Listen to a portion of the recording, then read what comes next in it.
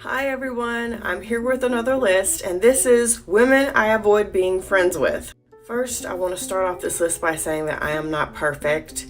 We are all like other girls. I am just like other girls. I'm not saying that I'm better, and there's definitely shit that I need to work on too.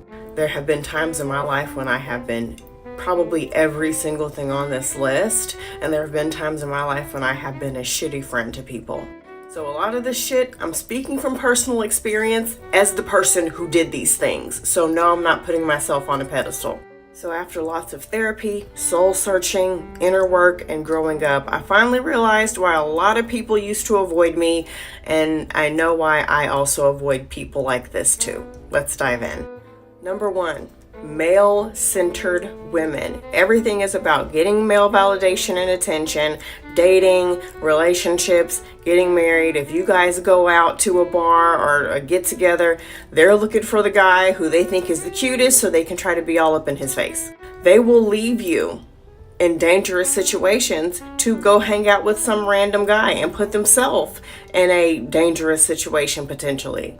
If they get into a relationship, they're going to disappear. You will never hear from them again. It will be all about my man, my man, my man, and not in like the healthy way of you're excited, you're in a new relationship, but you haven't completely cut your friends off yet. You still have connections to outside life. These women, their entire identity is whether or not they have a boyfriend. If they don't have a boyfriend, they're sad and depressed. If they do have some guy in their life, all of a sudden they're happy.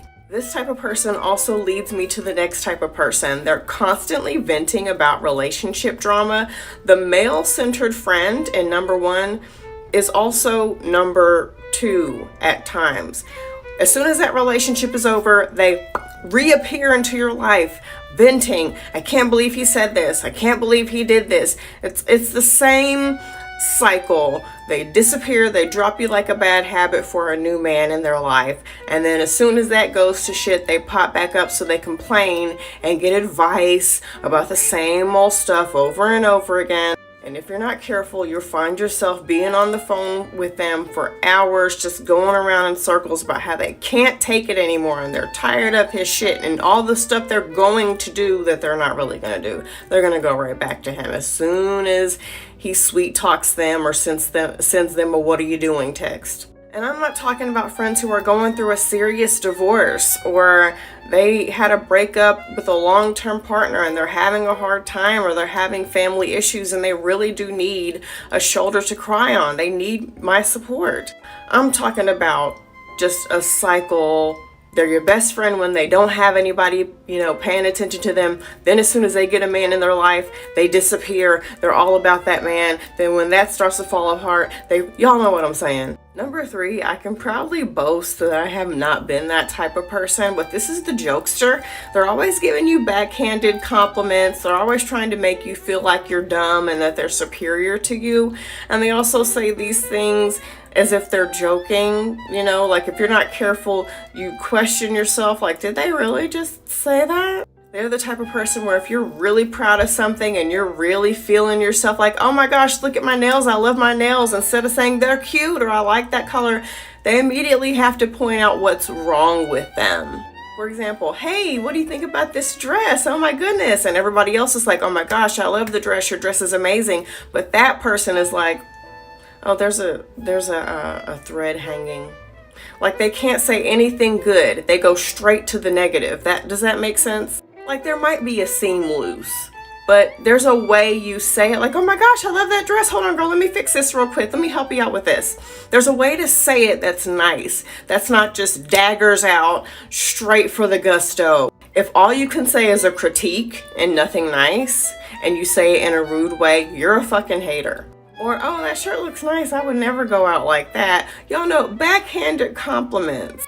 Trust me, my own internal dialogue talks enough crap. I don't need people in my life just adding to that. Number four is probably the most annoying person on this list to me. It's the judge, the person who you might share some crazy wild shit that you did and they're clutching their pearls. They're looking down on you. I would never do anything like that. I've never done anything like that.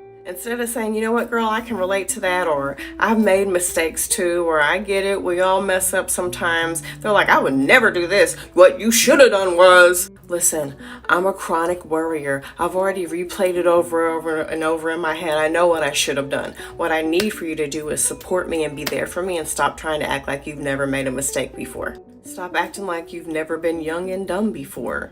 And even if you have never been young and dumb before, stop acting like you're perfect and that you've never made mistakes. If you're perfect and you've never done anything wrong and you've always known everything, you cannot sit with me, because I want to be surrounded by real women who know they're not perfect, who know they've messed up, who know they've made mistakes, and they want to encourage and lift other women up, not look down on them. This one kind of goes hand in hand with number 3, the jokester. They are never happy for you. This is the kind of person, when times are hard, they're there for you. They will listen. But if things go well for you, if you get a new promotion, a new house, a new car, they'll start to pull away, or they'll start being like number 3, the jokester. They'll start giving you backhanded compliments and saying stuff to put you down. Oh, you got a new promotion? Well, I heard that company lays off people all the time. Oh, you got a new car? Well, I heard those cars always fall apart. Oh, you got a new house. I don't understand the craziness behind everybody getting houses. Listen, if you're doing better than me, good. I need to take notes and learn from you so I can elevate myself too. If you're the smartest, richest person in the group, you need to get friends who are better than you so you can learn from them, so you can be reminded that you don't necessarily know everything. And I'm not saying, torture yourself and be friends with somebody that's going to bully you, but have people in your life that you can learn from, people that are always going to help you move the goalpost as far as the goals are in your life. So you're always trying to improve and always trying to be better. I never want to be the smartest person in the group. I am always seeking out people that I can, of course I want friends, that I can relate to, but I'm always seeking out people that I can sort of look up to and take notes from and learn from. Number 7, you need aesthetically pleasing friends. You need us to all be Instagram ready.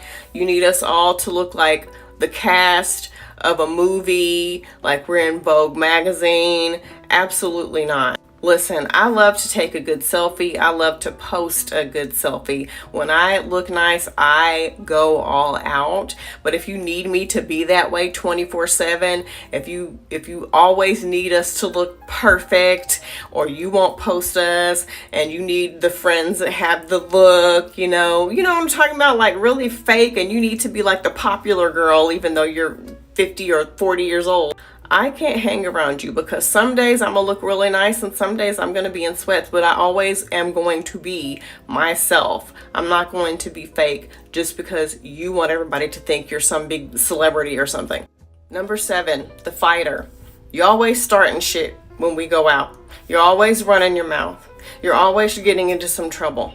Listen, I have kids. I have responsibilities. I'm not fighting with you. I'm not bailing you out of jail. Absolutely not, because my kids are more important to me and I want to be there for them, and I don't want to do anything that's going to put my ability to provide and be there for my kids in jeopardy. If you got anger issues and you always need to have drama and fights going on, then you need to go to therapy, but I'm definitely not going to be around you.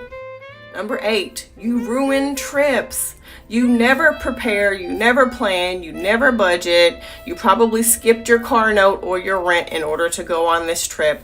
And now you're grumpy and mad in the hotel room because you can't afford to do the fun activities while we're in this nice location. You're sitting at the dinner table at the restaurant being quiet and pissy because you don't have enough money to actually eat. Now we all got to piece together money so you can eat a real meal while we're out. It's okay if you say no to going if you can't afford it at the moment. And if you have friends that are pressuring you to always be elevated and doing expensive ass shit and you can't afford it, find some new friends. But don't go and ruin the fun because you can't really afford to have the fun. Does that make sense? Number 10, non-confrontational. You don't know how to have adult conversations respectfully and address issues that need to be addressed. You avoid stuff and you're more likely to let things fester and then just ghost everybody. I'm grown. We can actually have discussions over here. What did y'all think of my list?